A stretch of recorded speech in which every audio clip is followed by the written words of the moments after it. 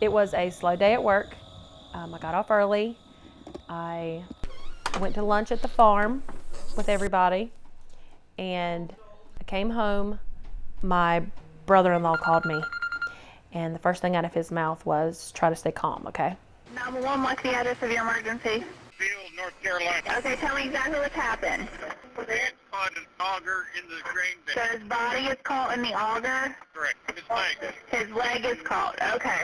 Okay, we're sending the paramedics to help you now. Just stay on the line. I'll tell you exactly what to do next, okay? So then they called me and said they couldn't get the sweep to work for the spray. And I was like, well, you want me to stop? Somebody can pick me up real quick or whatever. So he's like, no, it's fine. So after about halfway through that truck, it seems like they got tired of shoveling, which I figured they would. They called me and was like, hey, Danny, he's gonna come pick you up and come here and see if you can't get the sweep working. Then was standing there, and most of the time it never moves on the thing, like ever. Never. He was standing there and was like, you ready? Yeah, everybody's ready. Looking right at him. And I turned it on, and he just like disappeared. So then I cut it right back off. You can see the cut in his thigh. It was like a movie. So we didn't know what was gonna happen, man. I thought his leg was pretty much done, at the least. Didn't know what to do, how to get him out.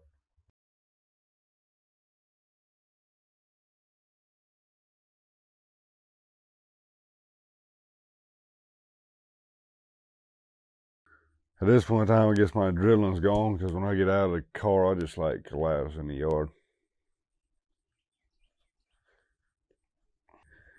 Got to go tell him before he took off that I was sorry. He said, it's not your fault, man. Everybody got there and they brought him in and told him I was going to go into surgery. Said that I was going to live, but they didn't know if I was going to keep my leg. I got they said they quit counting at 200 stitches, and I got almost 3 liters of blood, so I'd almost bled out. They were pretty amazed that I was able to survive and that I didn't lose my leg.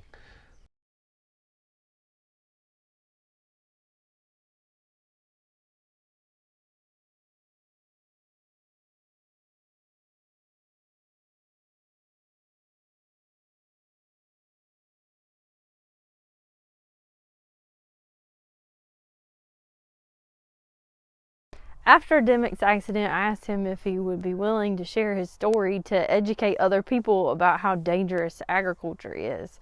And he was completely on board, so we started building a program that was centered around the needs of our community. And I got in contact with the North Carolina Agromedicine Institute, and they're the experts in farm safety and health. And so they helped us put a program together. They came and did some presentations on farm safety and health, and it was extremely well received.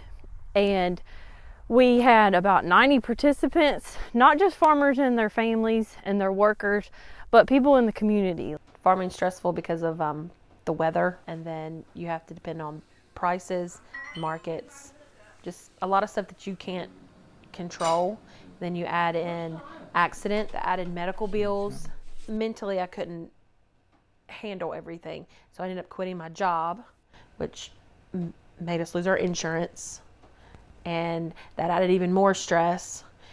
So the first time we met Dimmick and Mary Beth, Dimmick was very hesitant to talk to us. He didn't know us, and his injury was still fresh on his mind. But he still agreed to share his story with other farmers. So at the workshop, he did an incredible job and opened up his heart and his mind about what had happened. And because he had the opportunity to get to know us better and working together for the workshop, then we began to talk about other things that he needed. The North Carolina Agromedicine Institute helped us with getting in touch with the right people to help us get insurance outside of open enrollment. They helped us to meet up with a counselor that was more geared towards the farm family and they actually helped us through a grant to pay for a couple of the sessions. They also, after the accident, Dimmick can only wear a certain kind of pants that didn't irritate his leg. So they actually helped us through a cost share program to help with the price. So after having a farm accident, it's an event that nothing can go back to normal. It's never back to normal. It changes the way you do everything. You look at everything a whole lot different. Everyone is safer. You pay attention more.